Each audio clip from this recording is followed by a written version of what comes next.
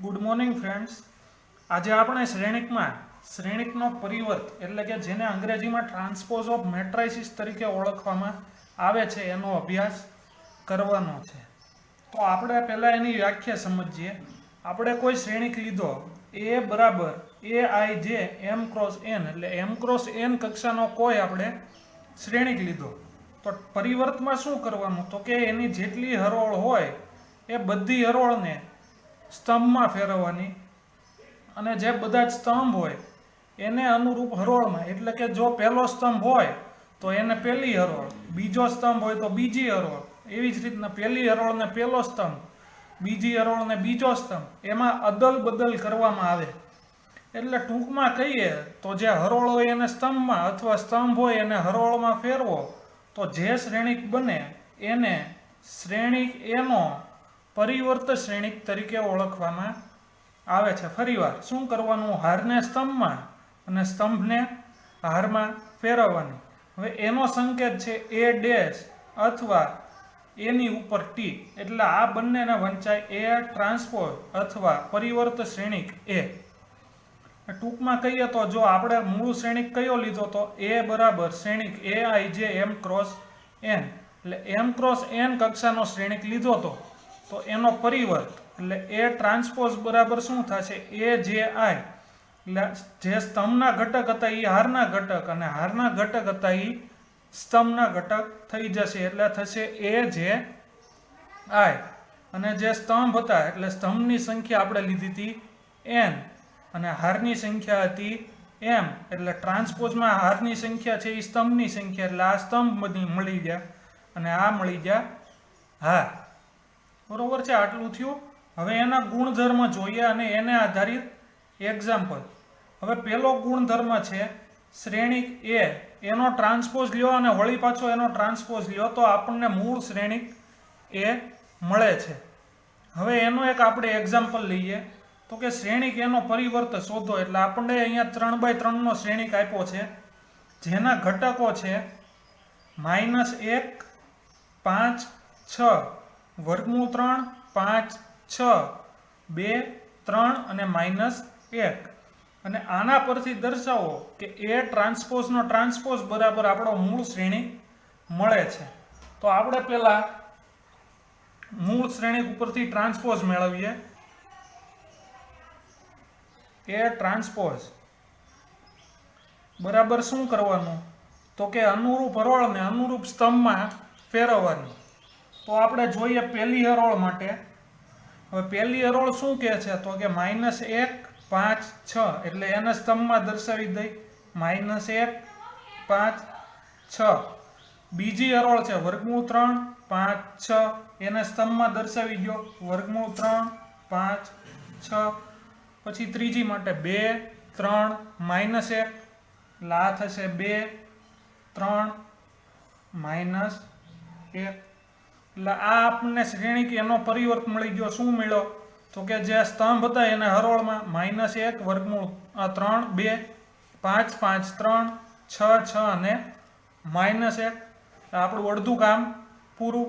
હજી પાછું શું કીધું એનો પરિવર્ત અને વળી પાછો એના પરિવર્ત બરાબર એ થાય છે કે નહીં ચકાસવાનું છે। જોઈએ આપણે વળી પાછો આનો પરિવર્ત લઈએ તો આપણને સ્તંભ અહીંયા મળ્યા -1, 5, 6 વર્ગમૂળ 3, 5, 6, 2, 3 અને -1 આ તમામને હારમાં ફેરફાર કરો એટલે -1, 5, 6 વર્ગમૂળ 3, 5, 6, 6, 6 -1 એટલે આપણને આ મૂળ શ્રેણિક મળી ગયો। એટલે આપણો પહેલો ગુણધર્મ સાચો થયો એટલે તેથી એ ટ્રાન્સપોઝનો ટ્રાન્સપોઝ બરાબર આપણને મળશે મૂળ શ્રેણિક। તમને એમસીક્યુમાં પૂછાય આ શ્રેણિક આપી દે અને એનો મૂળ પરિવર્ત શોધો અથવા એમ કે આવો કોઈ દાખલા તરીકે શ્રેણિક આપ્યો છે 3x3 તો એના પરિવર્તની કક્ષા શોધો। બરોબર છે, આ ધ્યાન રાખજો। ત્યાર પછીનો ગુણધર્મ છે એ વત્તા બી નો પરિવર્ત બરાબર એનો પરિવર્ત વત્તા બી નો પરિવર્ત। એ આપણે ચકાસવાનું છે અને બાદ બાકી માટે થાય છે કે કેમ એ તમારે સ્વપ્રયત્નમાં કરવાનું છે. હવે આપણે બે શ્રેણિક આપી દીધા છે. શ્રેણિક એ બરાબર છે -1 2 3 5 7 9 2 1 1 અને શ્રેણિક બી બરાબર છે -4 1 -5 1 2 0 1 3 1. તો આપણે પહેલો પ્રશ્ન કરીએ. a પ્લસ બી એનો પરિવર્ત બરાબર એનો પરિવર્ત વત્તા બીનો પરિવર્ત થાય છે કે કેમ આપણે ચકાસવાનું છે. તો આપણે પહેલા બંને શ્રેણિકના સરવાળો લઈ લઈ. a પ્લસ બી બરાબર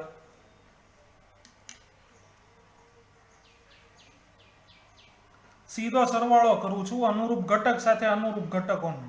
એટલે -1 પ્લસ -4 2 પ્લસ 1 3 પ્લસ -5 પછી અહીંયા થશે 5 પ્લસ 1 7 પ્લસ 2 અને 9 પ્લસ 0. અહીંયા નીચે 2 પ્લસ 1 1 પ્લસ 3 અને 1 પ્લસ 1. એટલે આના બરાબર આપણને મળ્યું a પ્લસ બી બરાબર -5 3 -2 6 9 9 3 4 અને 2. હવે આપણે આનો પરિવર્ત લેવાનો છે. એટલે આનો પરિવર્ત થશે a પ્લસ બી ટ્રાન્સપોઝ બરાબર શું કરવાનું હારને સ્તંભમાં એટલે -5 3 -2 6 9 9 ને 3 4 2. આ આપણને a પ્લસ બી નો પરિવર્ત મળ્યો બરોબર છે. આને કહી દે પરિણામ નંબર 1. હવે પરિણામ નંબર 2 શું ડાબી બાજુ આપણે મળી a પ્લસ બી નો પરિવર્ત. હવે જમણી બાજુ છે એનો પરિવર્ત વત્તા બી નો પરિવર્ત. આપણે લઈએ a પરિવર્ત એટલે a transpose plus B transpose બરાબર a નો પરિવર્ત આપણને મળશે -1 5 2 2 7 1 3 9 1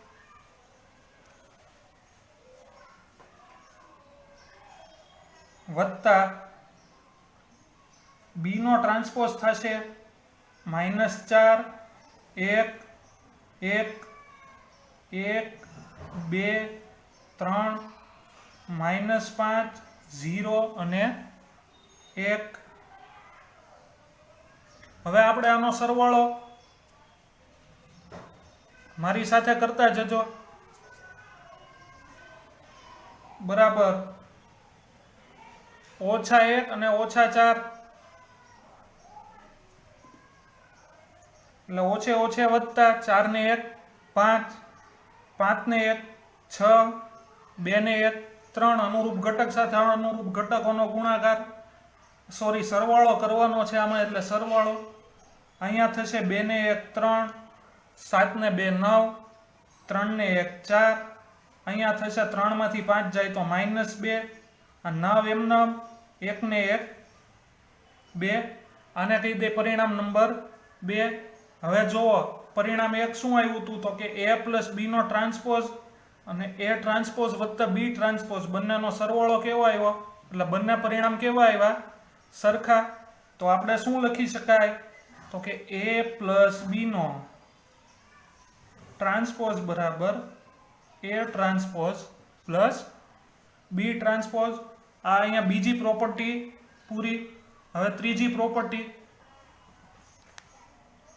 ઓકે, આ જે દાખલો તમે જોઈ રહ્યા છો એમાં આપણે બે પ્રોપર્ટીનો ઉપયોગ કરવાનો છે.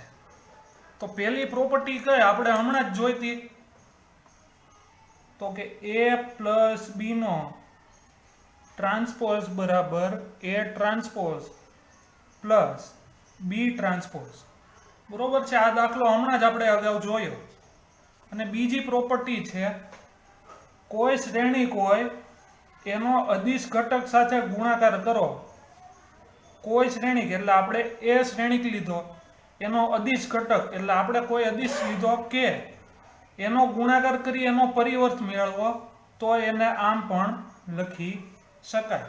એટલે કે ઇન્ટુ એનો ટ્રાન્સપોઝ બરાબર કે એ ટ્રાન્સપોઝ. જ્યાં કે બરાબર કોઈ અચળ સંખ્યા, એ બરાબર કોઈ શ્રેણિક, એનો ટ્રાન્સપોઝ લ્યો તો કે ઇન્ટુ એ ટ્રાન્સપોઝ તરીકે પણ લખી શકાય. બરોબર. હવે અહીંયા જો આપણને એનો ટ્રાન્સપોઝ ઓલરેડી આપી દીધો છે, -2 1 3 2 અને બી બરાબર એટલે બીજો શ્રેણિક છે -1 0 1 અને 2. તો a plus 2b hall transpose શોધો. એટલે આપણે બંને પ્રોપર્ટીનો ઉપયોગ કરવાનો છે. એટલે આપણને કંઈક આવું આપ્યું છે, a પ્લસ 2b ટ્રાન્સપોઝ બરાબર. તો આના બરાબર શું લખાશે? a ટ્રાન્સપોઝ પ્લસ 2b આખાનો ટ્રાન્સપોઝ. હવે 2 કેવી? તો કે અચળ સંખ્યા, એટલે આપણને આના બરાબર શું મળશે? a transpose plus 2 into b transpose. હવે a ટ્રાન્સપોઝ તો આપણને રકમમાં આપી દીધો છે, -2 3 1 2 અને b બરાબર આપ્યું છે -1 0 1 અને 2. તો a ટ્રાન્સપોઝ આપી દીધો છે એટલે આપણે એમને લખી નાખીએ -2 1 3 અને 2 પ્લસ 2. હવે આપણે b ટ્રાન્સપોઝની ગણતરી કરીએ. b ટ્રાન્સપોઝ બરાબર શું થશે? તો કે -1 1 0 અને 2. એટલે આપણને b ટ્રાન્સપોઝ એ મળી ગયો -1 1 0 અને 2. તો અહીંયા મૂકી દઉં -1 1 0 અને 2. આટલું થયું. હવે શું કરવાનું? તો પાછી એક પ્રોપર્ટી આવી હતી, આ જે અદિશ ઘટક હોય એનો ગુણાકાર ક્યાં કરવાનો? અંદર. એટલે અહીંયા શું થશે? -2 3 1 અને 2 વત્તા -2 2 0 અને 4. એટલે અહીંયા શું લખાશે? તો કે અહીંયા આપણો દાખલો પૂરો -2 વત્તા -2 -4 3 વત્તા 2 એટલે 5 0 ને 1 એટલે 1 અને 4 ને 2 6. એટલે અહીંયા આપણને શું મળ્યું? ફરીવાર -2 અને અનુરૂપ ઘટક સાથે અનુરૂપ ઘટકોનો સરવાળો લેવાનો. જો ગુણાકાર હોય તો ગુણાકાર લેવાનો. એટલે -2 વત્તા -2 -4 3 વત્તા 2 એટલે 5 1 વત્તા 0 એટલે 1 અને 4 ને 2 6. તો આપણી આ ત્રીજી પ્રોપર્ટી પૂરી. હવે ચોથી પ્રોપર્ટી જોઈએ. હવે ગુણાકાર માટેનો પરિવર્ત. તો કે બે શ્રેણિકના ગુણાકારનો પરિવર્ત બરાબર બીજા શ્રેણિકનો પરિવર્ત ગુણ્યા પહેલા શ્રેણિકનો પરિવર્ત. એ ચકાસવાનું છે આપણે. સત્ય જ છે વિધાન, તો આપણે ઉદાહરણ દ્વારા સમજીએ. પહેલો આપણને સ્તંભ શ્રેણિક આપેલો છે 1 -4 અને 3 અને બીજો શ્રેણિક બી હાર શ્રેણિક છે -1 2 અને 1. તો આના માટે ચકાસો કે a b એટલે બંને શ્રેણિકના ગુણાકારનો ટ્રાન્સપોઝ બરાબર b transpose into a transpose. એટલે આપણે કોની જરૂર પડશે? તો કે પહેલા તો બંને શ્રેણિકનો ગુણાકાર, પછી b ટ્રાન્સપોઝ અને a ટ્રાન્સપોઝ. એટલે આપણે પહેલા તો a ટ્રાન્સપોઝ શોધીએ. એટલે a ટ્રાન્સપોઝ બરાબર શું થશે? આ આખો સ્તંભ શ્રેણિક છે, એ બની જશે હાર શ્રેણિક. એટલે a -4 અને 3. પછી શ્રેણિક બી નો ટ્રાન્સપોઝ એટલે બી ટ્રાન્સપોઝ બરાબર થશે -1 2 અને 1. બરોબર છે. બી ટ્રાન્સપોઝ અને એ ટ્રાન્સપોઝ મળી ગયા. હવે આપણે શ્રેણિક એ અને શ્રેણિક બી નો ગુણાકાર કરીએ. એટલે એ બી બરાબર શ્રેણિક એ આપણને આપેલો છે 1 -4 3 અને શ્રેણિક બી છે -1 2 1. હવે આની હાર કેટલી થાય? તો કે 3. આના સ્તંભ કેટલા થયા? તો કે 3. હાર અને સ્તંભની સંખ્યા સરખી થઈ એટલે ગુણાકારનું અસ્તિત્વ ધરાવશે. એટલે ગુણાકાર કરીએ અનુરૂપ ઘટક સાથે અનુરૂપ ઘટકોનો ગુણાકાર. એટલે આ થશે એકની સાથે ત્રણેયનો ગુણાકાર એટલે -1 2 1 -4 સાથે ગુણાકાર એટલે 4 -8 -4 -3 6 3 આ આપણને બંને શ્રેણિકનો ગુણાકાર મળ્યો। હવે એનો આપણે પરિવર્ત લઈએ એટલે એ બી નો પરિવર્ત અથવા ટ્રાન્સપોઝ એટલે એ આપણને મળશે -1 4 -3 2 -8 6 1 -4 અને 3 આપણને ડાબી બાજુ મળી ગઈ। એને આપણે પરિણામ નંબર 1 કહી દઈ। હવે જમણી બાજુ શોધવાની છે એટલે બી ટ્રાન્સપોઝ ઇન્ટુ એ ટ્રાન્સપોઝ। હવે બી નો ટ્રાન્સપોઝ શું મળ્યો તો કે -1 2 1 એ નો ટ્રાન્સપોઝ શું મળ્યો તો કે 1 -4 અને 3।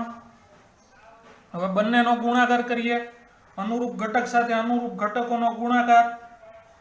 અહીંયા ખાસ ધ્યાન રાખવાનું પહેલામાં સ્તંભ શ્રેણિક હોય અને બીજામાં હાર શ્રેણિક હોય તો શું થશે આ જે પહેલો ઘટક હોય એની સાથે ત્રણેયનો ગુણાકાર બીજા ઘટક સાથે ગુણાકાર અને ત્રીજા ઘટક સાથે ગુણાકાર કરીને શ્રેણિકની રચના કરવાની। એટલે અહીંયા થશે -1 ઓછે ઓછે વત્તા 4 એકા 4 અને અહીંયા થશે -3 અહીંયા થશે 2 -8 6 1 એકુ 1 -4 અને 3।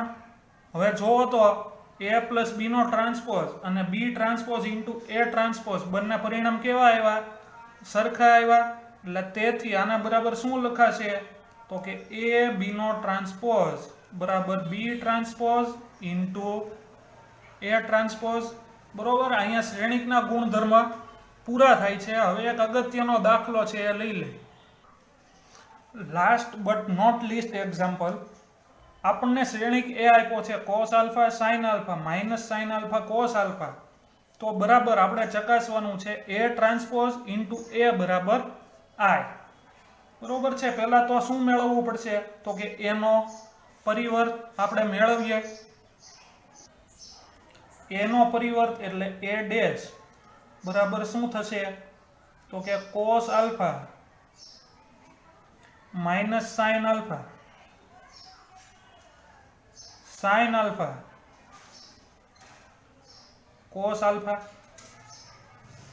હવે આપણે શું કરવાનું છે તો કે અનુરૂપ ઘટક સાથે અનુરૂપ ઘટકોનો ગુણાકાર એની પહેલા a ડેશ ઇન્ટુ એ લખીએ આપણે એનો પરિવર્ત ઇન્ટુ એ પરિવર્ત શું મળ્યો તો કે cos alpha minus sin alpha sin alpha cos alpha. આ એનો પરિવર્ત લખો। હવે આપણે મૂળ શ્રેણિક લખીએ cos alpha sin alpha minus sin alpha cos alpha. શ્રેણિકના ગુણાકારનો નિયમ બંનેનો સમાન કક્ષાના છે એટલે હારના સ્તંભની સંખ્યા સરખી। હવે અનુરૂપ ઘટક સાથે અનુરૂપ ઘટકોનો ગુણાકાર એટલે cos આલ્ફા પહેલી હરોળ પહેલો સ્તંભ એટલે પહેલી હરોળનો પ્રથમ ઘટકનો ગુણાકાર કરીએ cos alpha into cos alpha એટલે cos square alpha minus minus plus sin alpha into sin alpha એટલે sin square alpha square alpha. હવે પહેલી હરોળ બીજો સ્તંભ એટલે પહેલી હરોળનો પહેલો ઘટક છે cos આલ્ફા બીજી સ્તંભનો પ્રથમ ઘટક છે sin આલ્ફા એટલે આ થશે cos આલ્ફા sin આલ્ફા। હવે અહીંયા માઇનસ નિશાની છે એટલે આપણે માઇનસ લખીએ sin alpha into cos alpha sin alpha cos alpha. હવે અહીંયા બીજી હરોળ પ્રથમ સ્તંભ એટલે અહીંયા થશે sin alpha cos alpha minus cos alpha sin alpha. હવે બીજી હરોળ બીજો સ્તંભ એટલે sine alpha into sine alpha, sine square alpha plus cos alpha into cos alpha એટલે કોસ સ્ક્વેર આલ્ફા. હવે આપણને ખબર છે sine square theta plus cos square theta બરાબર 1. આ cos alpha into sine alpha અને અહીંયા minus sine alpha into cos alpha એટલે આ થઈ ગયું 0. અહીંયા એવી રીતના એટલે આ મળી ગયું 0.